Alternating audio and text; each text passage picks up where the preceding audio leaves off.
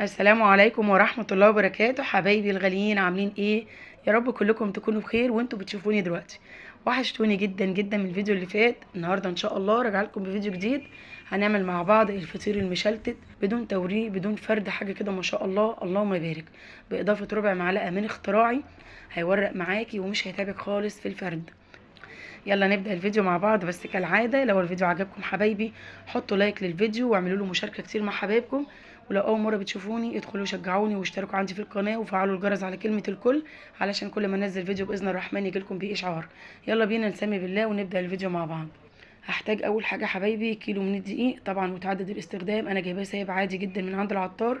ومعايا كمان كوباية ونص من السمنة، ومعايا كوباية الا ربع من الزيت، وكوبايتين مية دافية. مبدئيا هحتاج مية تاني او مش هحتاج على حسب نوع الدقيق وامتصاصه للسوائل. ومعايا كمان معلقتين كبار من السكر الحبيبات، ومعايا ملح وبيكنج باودر. هنسمي بالله وهجيب الطبق اللي هشتغل فيه. اول حاجه هنخل الدقيق كويس جدا، عشان انا جايباه سايب لا يكون في مثلا رزايه واقعه كده ولا كده، فهبقى مطمنه. ونص معلقه صغيره من الملح. هقلب بقى كل المواد الجافه كده مع بعضها، الدقيق بالملح بالشكل ده. واجيب بقى الميه الدافيه بتاعتي واحط عليها معلقتين السكر، وربع المعلقه اللي قلت لكم عليها في بدايه الفيديو اللي هتخلي الفطير معاكي مورق زي العسل، ربع معلقه صغيره من البيكنج باودر. ما تقلقيش خالص من البيكنج باودر، هو مش بيعمل اي حاجه في العجينه غير ان هو بيورقها، فبجد هيفرق معاكي جدا. جربي الطريقه دي في الفطير المشلتت، والله العظيم ما تدعيلي. هضيف بقى كوبايتين الميه بالسكر بالبيكنج باودر، وهسمي بالله وهبدا اعجن بالشكل ده.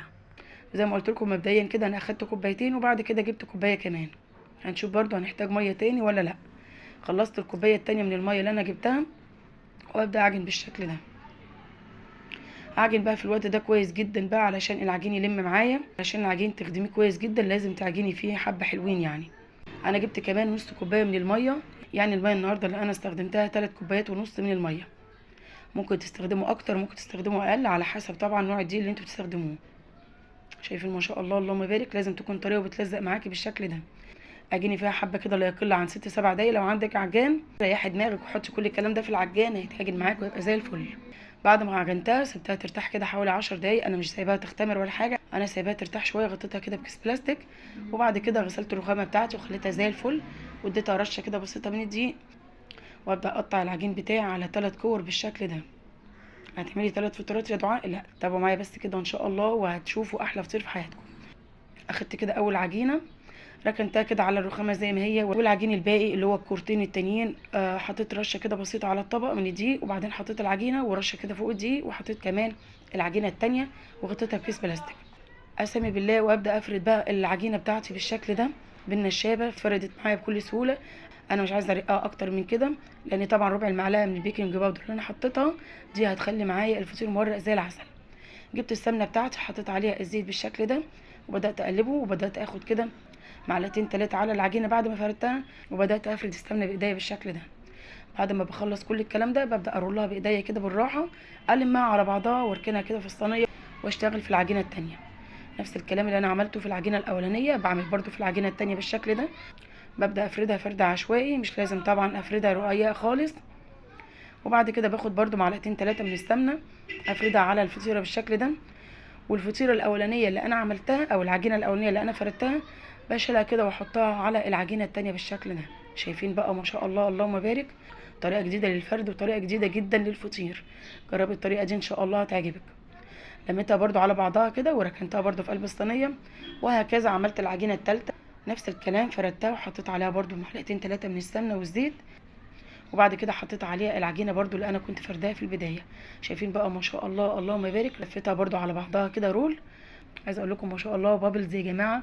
شايفين بتعمل ازاي معايا؟ طريه تحفه جدا. عشان بقى في التلاجة، علشان لو انا اشتغلت فيها دلوقتي مش هعرف اعمل فيها اي حاجه. الجو حر جدا زي ما قلت لكم قبل كده، الجو حر عندي، فانا مش بعرف اشتغل على طول لما اكون عامله حاجه زي كده. سبتها في التلاجة كده حوالي 10 دقايق. شايفين جمالها اللهم بارك، العجينه مخدومه صح جدا جدا، حاجه كده ما شاء الله عسل. اشيل بقى العجينه بتاعتي واحطها كده على الرخامه، واقسمها نصين علشان انا هعملها فطيرتين كبار.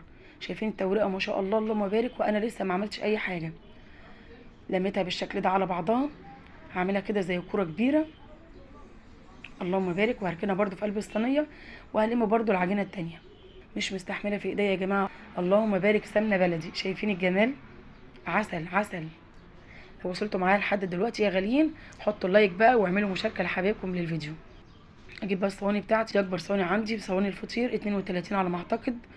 اللهم صل على سيدنا محمد. بدات كده احط شويه سمنه في قلب الصينيه برده، واحط كمان معلقتين 3 من السمنه على وش الفطيره بالشكل ده، وابدا افردها بايديا. طبعا مش هتتفرد معايا على طول، هبدا افردها نص فرده كده وهركنها ترتاح شويه وارجع افردها تاني، اكون عملت الفطيره التانيه.